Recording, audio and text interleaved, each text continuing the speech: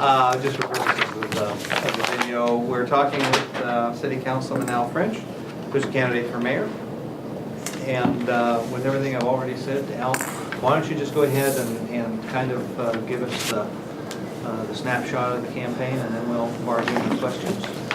Okay, great. Thank you for the opportunity to come and join you today and to make my case for why I think I'm the best candidate for the office of mayor. You'll probably see this in our main campaign piece here. It starts to talk about some of the things that we think we offer to the voters out there that no other candidate offers. We really focus on real leadership, real experience, and real service. And I think that starts to highlight my experience in terms of my civic involvement as well as my business involvement. And then on the inside on the left are my top 3 priorities. I think the #1 responsibility of government is public safety. And if you can't keep your citizens safe, then none of the other things about city government really matter as much. And as you've reported in your own pages, gang-related activity has doubled in the last 12 months. We have auto thefts that are on the rise, property crime, drug dealing on the rise, and yet we have a mayor that says that we have too many police officers on the street and wants to reduce it by 11, or at least that's the position he's taken with regard to the Matrix study and endorsing that study.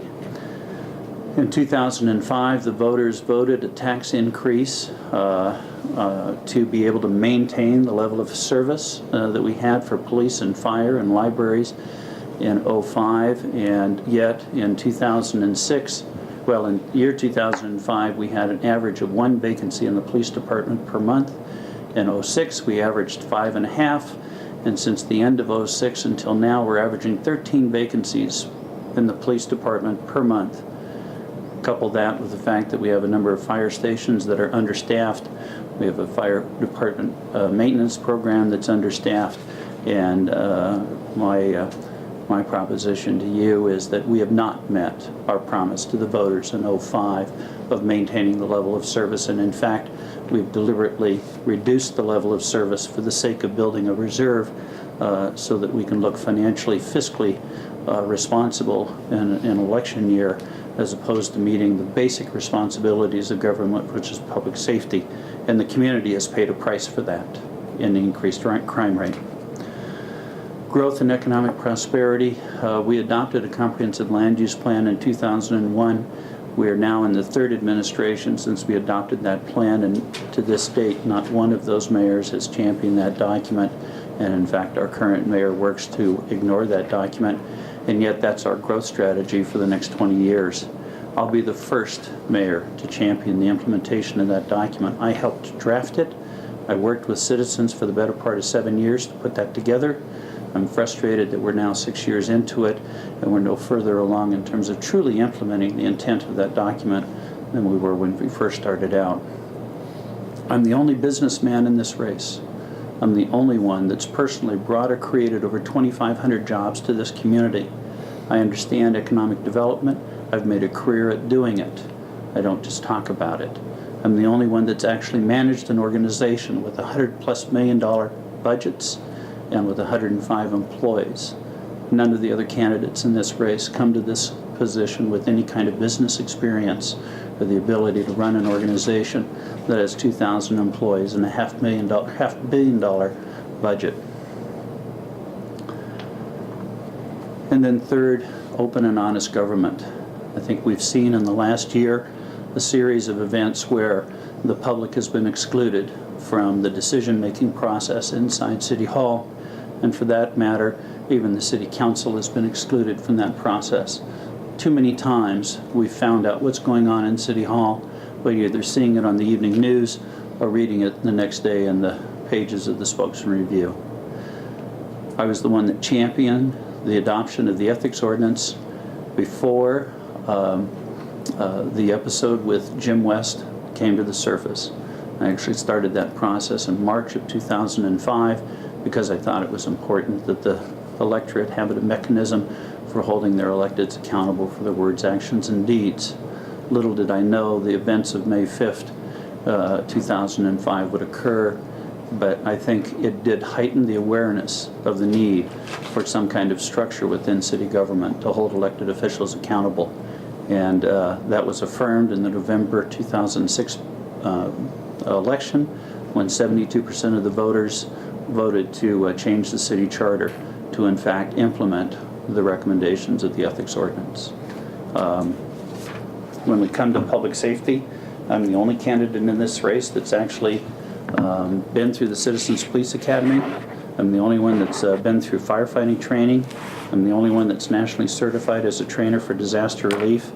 I understand public safety, and it's that experience and background that I bring to this office. So with that, I guess I'll just open it up to questions. Well, let me jump on one thing. Yeah. You talked about open government. Yes. And I look at the city's legislative agenda under the entry for public document, public records. And I don't know I honestly don't recall how you voted on adopting this legislative agenda, but it does call for a fairly wide array of exemptions that would allow the withholding of records, including attorney-client and work product privilege, which in some instances has been used fairly liberally to bring a lawyer in, sit them down, what some other lawyers call the potted plant attorney process that enables government entities to keep material secret that they otherwise wouldn't be able to do. So forgive the long-winded question. Sure. Do you support this? That was part of a legislative agenda that was being brought forward to the council from the mayor's office, and when we originally adopted that, it was part of an initiative that was being led actually by the Association of Washington Cities, and it was in response to the issue of the amount of revenue and resources are being developed or dedicated to responding to public records requests and a whole litany of issues. And so from my standpoint, what I was looking for when I supported that was clarity in the law about what would be the expectation for municipalities and how could we gain greater definitions of the responsibilities of city government. With regard to open and honest government, I remain committed to my original proposition that too many things inside City Hall happens behind closed doors, not only to the public, but also to the council. I started my involvement in civic activities as a neighborhood activist, and my involvement was to try and open up the doors at City Hall, not close them. And I think that if you look at my record, you'll see that I've been a staunch advocate for trying to open up City Hall to more process, more citizen engagement, more involvement in the decisions that affect the lives of our citizens. With respect to the continuation of the levy lid, tax levy lid, I know that you've questioned whether it's a good idea to say you won't do that, but I wonder if you could just address in more detail what your expectations would be as far as that's concerned, and why you think it is probably needed. The original commitment to the voters was give us 2 years and we will fix the structural gap. And if you maintain those vital services, which are police and fire and libraries, then we'll take those 2 years and we'll do an efficiency and effectiveness study and find out how efficiently government is working, and then also come back with a fix for the structural gap. Well, one, we didn't maintain the promises with regard to maintaining the level of service, and two, we haven't fixed the structural gap. And that's my concern. We've now squandered 2 years of opportunity for the taxpayers to actually address the problems of the structural instability at City Hall. That's compounded by the fact that in January of '06, right after the levy lid lift passed, I formed, with the support of my fellow council members, a strategic planning initiative that the council was going to lead to try and address this problem. And we started out to look at both revenue enhancement as well as expense reductions. When we started the process, this mayor came in and said, we're going to take off the table expense reductions because we're going to hire an outside consultant to come in and tell us what we need to do. Well, at that point, when I started this process, I had not only the administration, all 7 city council members at the table, as well as management, as well as the collective bargaining units, ready to look at this problem in a critical fashion. When the mayor took off the table the expense reductions, the unions then became disenchanted with the process because they knew that they couldn't trust the outcome, and they left the table. And we lost then a whole year of opportunity, and then consequently this mayor didn't institute the matrix study until well into the end of '06. We're now into the middle of '07, and we're challenged by the recommendations that come out of the study because several of them lack credibility, several of them lack context to this community, and the revenue or the expense reductions that were anticipated have not been realized. Keep in mind that the structural instability at City Hall doesn't lie in our utilities, it lies in our general fund. And yet the majority of the recommendations that came out of the recommendations from Matrix really deal with a reduction in the level of service in the utilities. Well, if we wanted to reduce the level of service, we certainly didn't need to spend $250,000 to tell us just reduce the level of service. That's something we can do legislatively or administratively. But that's the outcome of what we've got ahead of us. So my concern is the number one problem, the structural gap has not been fixed. And we have a rising crime rate in this city. We've got a rising public safety issue in this city. And to this date, we still don't have a confidence level in what the revenues are going to be for next year and what the proposed budget is from this mayor for next year. We don't know whether his budget includes adequate police or fire, whether it includes other level of service reductions that he has yet to put on the table and had a community conversation about. So there's still more information we need to gather about this. I'm all in favor of lowering the levied lead lift. If we can eliminate it altogether, I'm in favor of that. But not at the expense of public safety and not at the expense of services that are vital to this community. And to this date, we are still challenging the mayor's office in terms of the information, getting accurate information. In fact, just last week, I asked my fellow council members to consider hiring an outside financial analyst to come in and take a look at this budget and the recommendations that are being made and what's on the table and what's off the table. When I was on the council in 2003, we considered a similar action when Mayor Powers was in office because we didn't feel we were getting accurate information. And then as it turns out, when it came time to settle up on our union contracts, we found out that while we had been told that the money for the union contract settlements was in the budget, it in fact wasn't. And we found ourselves $6 million underwater, and that led to a dramatic cutback in services. And I'm concerned that we have a number of major union contracts that have not been completed yet in terms of negotiation. We're told that the money is in the budget, but we don't know that for a fact. And I do not want to go through in '08 what we went through in '03, because that was devastating. But real quickly, if a citizen comes to you today as a municipal leader and says, do I need to vote in favor of extending this levy limit, what do you tell them? I tell them we don't know yet. And over the next couple weeks, we're going to hopefully get the information necessary to be able to tell them whether we need it or not. So in your mind at this point, it's up in the air? It's very much up in the air because I don't have any degree of reliability in the numbers that are being offered forward.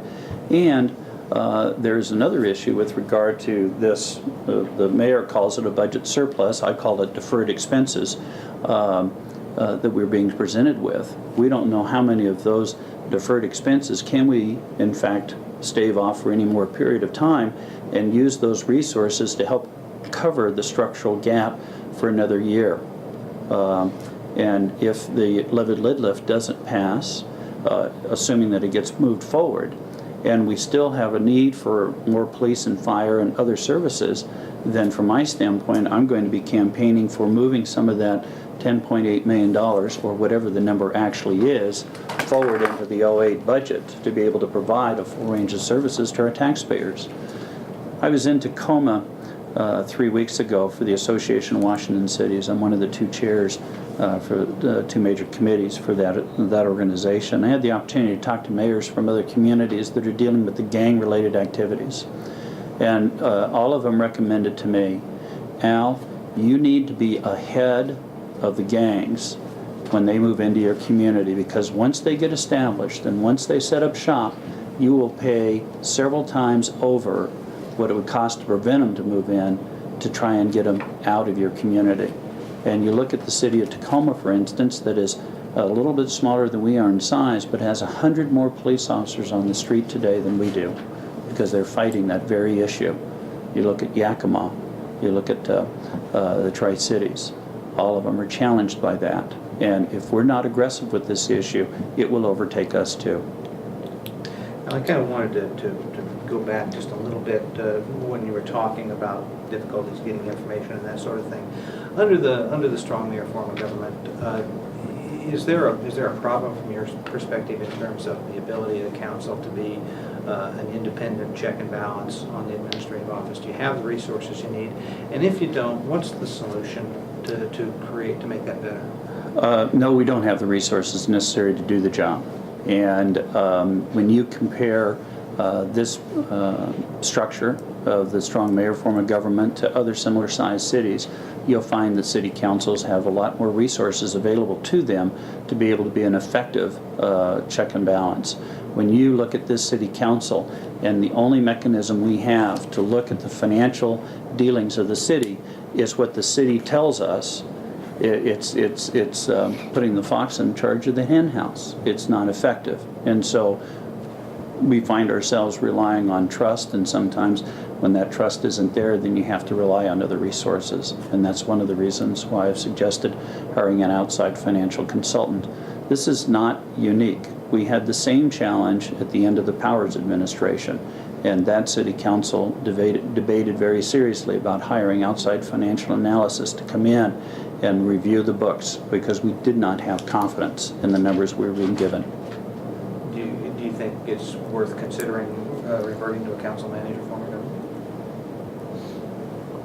I think that part of our challenge is that we have yet to find the kind of leadership that is in fact going to form a partnership with the city council and make sure that those resources are there so that they can do their job.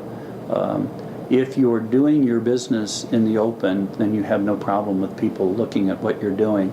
It's only when you're not comfortable with what you're doing do you find a need to hide. And so that's going to typify the kind of relationship I'm going to have with the council. I'm the senior member on the city council. I've served under 3 mayors. I clearly know what it's not supposed to be.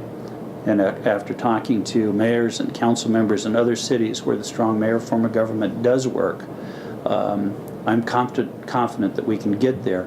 But it does take a cultural change, and it takes the right kind of leadership to create those partnerships to be able to move government forward effectively. I'm concerned that if we don't get that kind of leadership in place, then there's going to be a frustration in the citizens, and we will end up changing government again, which just leads to a state of instability. When you think about it, the last 4 mayors, none of them have served in office for longer than 3 years. There's nothing stable about that environment. We continue to look for that right type of leadership. I think we've tried a couple attorneys, tried a legislator. I think it's time to try a businessman that'll bring a business attitude and culture to City Hall, and the ability to actually create a structural environment that will make the city move forward. That sounds like an exclamation point, so I'm going to jump in and say that some others have questions too, and so, Jamie?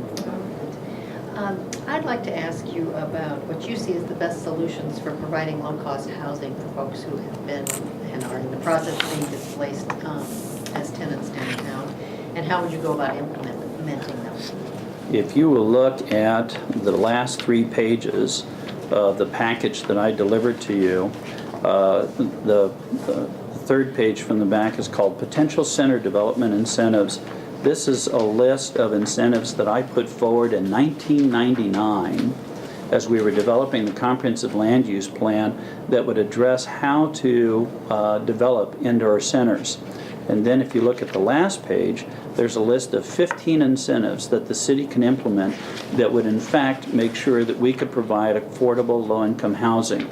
And I'm frustrated that we are now 8 years later And less than a third of these incentives have been put into place. And again, it gets back to the idea that we have a comprehensive land use plan that defines the vision and foundation for how we're going to grow. And we've had 3 administrations that have ignored that document. And from my standpoint, if we had been paying attention to that document from the beginning, we wouldn't be dealing with the crisis that we are now. Now let's talk about the crisis we're in right now. The developer, Chris Batten, went to the city in April of 2006 and said, I'm looking at acquiring these buildings. I want to partner with the city to try and deal with the housing issue that's going to be created. And the city said, we're not interested. Thank you very much. Have a nice day. And so Mr. Batten has spent the last year trying to deal with how to handle the housing situation until now we reached a point to where it is a crisis. Now, the current administration says we were caught by surprise. I don't know how you can be caught by surprise on an issue that's been brewing for well over a year. And if you had been paying attention to the comprehensive land use plan that was adopted in 2001, it talks about this very issue in that document and talks about how you need to be able to provide a diversity of housing opportunities within this community as you go through the process of regentrifying certain areas in the community. And it was clear that regentrifying areas was anticipated as part of the growth strategy. And so you demonstrate your compassion by taking care of those at the lower end of the scale. And that's what this list of incentives that I developed back in 1999 was designed to do, is give direction and tools that could be used to make sure that the problem we're in now, we wouldn't be confronting. And now, knowing that people are maybe watching this is stuff that will be posted on your website? Yes. In the current, okay. You bet. This, you mentioned that 3 mayors have ignored the comp plan. What's an example of Mayor Hession ignoring the comp plan? When we adopted the comprehensive land use plan, and I did a council connection show on this very issue about failed promises, we committed to the city that, and to the neighborhoods, that within 2 years we would have undertaken and completed a neighborhood planning process that allows for the sub-area planning of this entire community. There are parts of this city that have zoning regulations that have been in place for well over 50 years. And the promise was we'll come back through a neighborhood stakeholder-based process and update these land use issues throughout the community. And yet we've had 3 mayors that have given lip service to neighborhood planning, and we have yet to have a city-implemented neighborhood plan in all of the 26 neighborhoods that we have in the city. Without doing that fundamental last step in the process, it's difficult to take those steps forward. And here are the consequences of it. Look at the amount of land that lies vacant north of Francis and east of Division Street. And yet you go just north of Hawthorne, just on the other side of the city limits, and look at all the development that's happening just outside the city. And I would suggest to you that part of that is because the wrong land use designations have been in place for over 50 years, and we've ignored the opportunity to update that so that development could happen inside the city instead of outside the city. So what did we lose? The lost property taxes is associated with that development occurring. We've lost sales tax because those sales tax dollars have leaked out of the city instead of in it. And we've lost utility taxes because that development has happened outside the city. It's fundamentally important that we take care of the foundation of that plan by completing the neighborhood planning process. And it's a lot more than just changing land use. You not only do the land use changes, but then you put into place the programs that actually implement those changes. And so what we've engaged in with our center and corridor strategy is all we do is we go in and change land use, but we don't do any of the other policy changes necessary to allow development to happen. And so you look at, let's take 9th and Perry for instance. Beautiful streetscape, wonderful infrastructure, but the business community is not growing.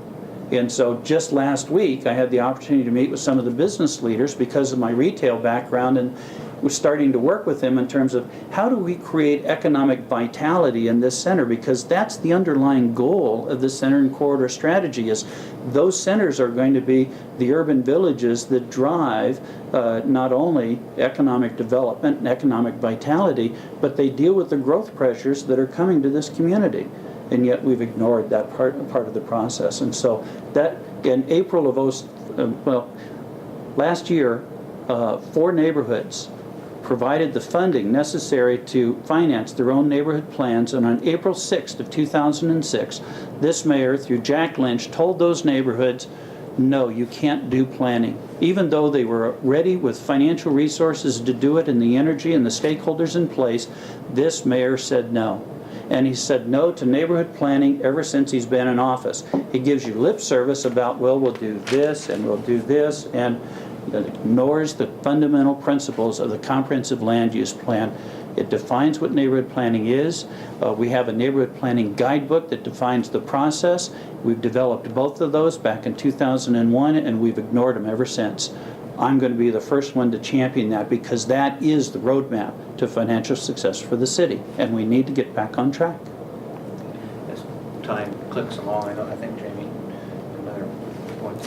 Yes, I'd like to ask you, in April, right after the tragic death of Summer Phelps, our newspaper spent the entire month covering the community's Our Kids, Our Business project.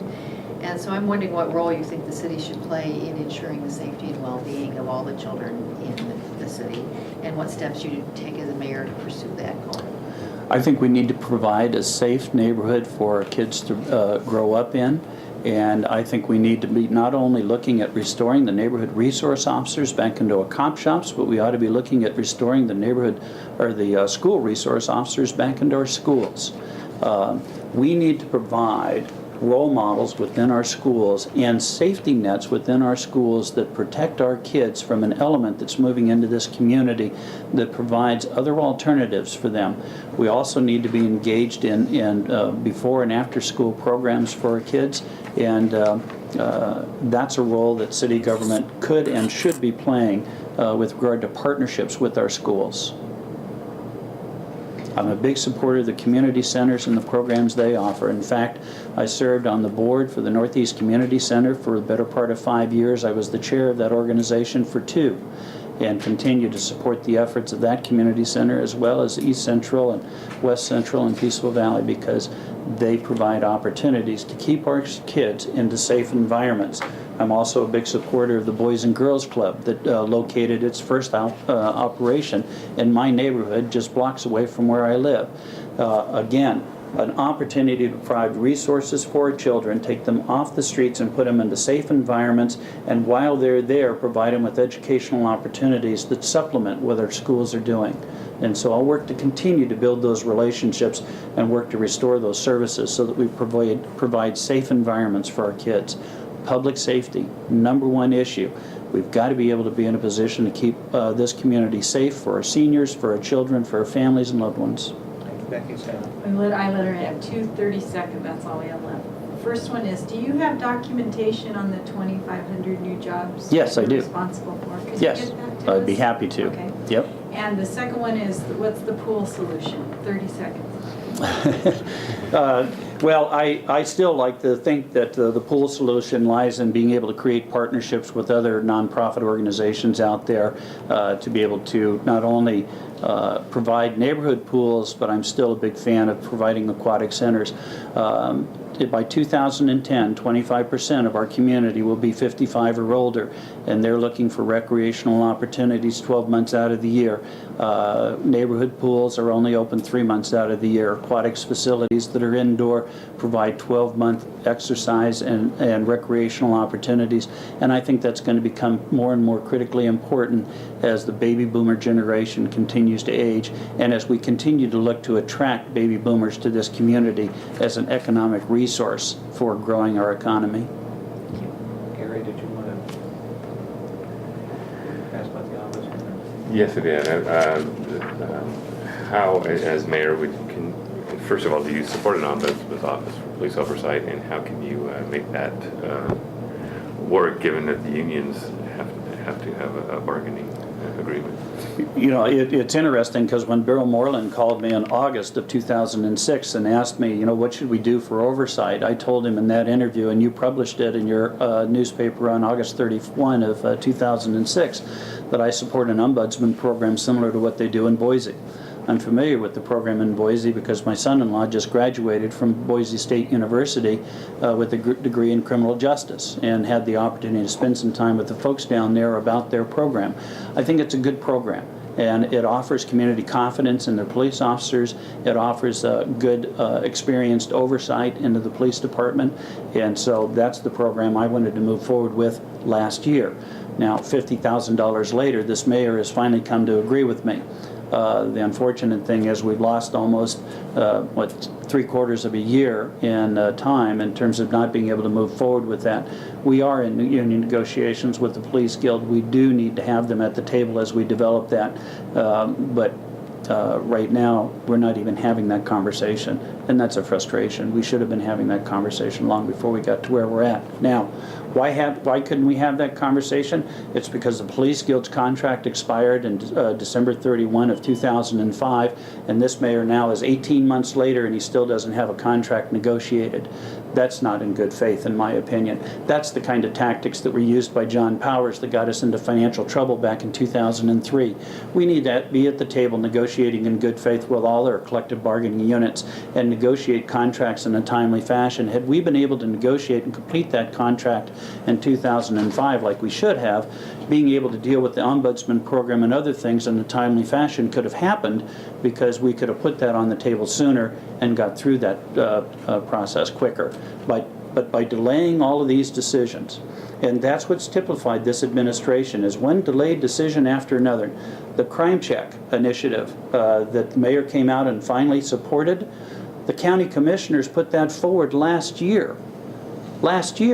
And now he's just getting around to thinking, well, maybe that is a good idea. You know, you have to have an urgency about our success, and we certainly haven't had that in the last 18 months, and that's one of the reasons why I got into this race. Opportunities are fleeting. You either are prepared to take advantage of them when they're there, or you're going to lose them. And now the county commissioners, with regard to crime check, are having to go back and reinvent a conversation that they had already walked away from a year ago because there was no response from the city. I'm going to have to note at this point that our half hour is up. As I said, we may end up giving you a call back for That's fine. more things, more follow-up questions, but thank you very much for coming in. Good luck, and Okay. appreciate your time. Can I touch on one thing too that I'm just an observation? Okay, we can do it quickly. I'll do it quickly. You know, one of the other things that I was on the Transition 2000 committee that changed the form of government from city manager to strong mayor. I was part of that committee that went through all the work to do that. And so we created a strategy and a structure. Then we adopted a comprehensive land use plan in 2001, which is the vision for the next 20 years. We never went back and adjusted or realigned our basic structure for City Hall. I've done that, and I'm going to be coming forward with the structure of how do we realign the city structure so that we can actually achieve the goals that we talked about in the comprehensive land use plan. So I've got a structure that will actually reduce city government from 8 divisions down to 6 and get us more in line to be able to achieve the goals that we talked about in that comprehensive land use plan. And I look forward to the opportunity to talk to you more about that at some point. Look forward to it. Thank you, sir.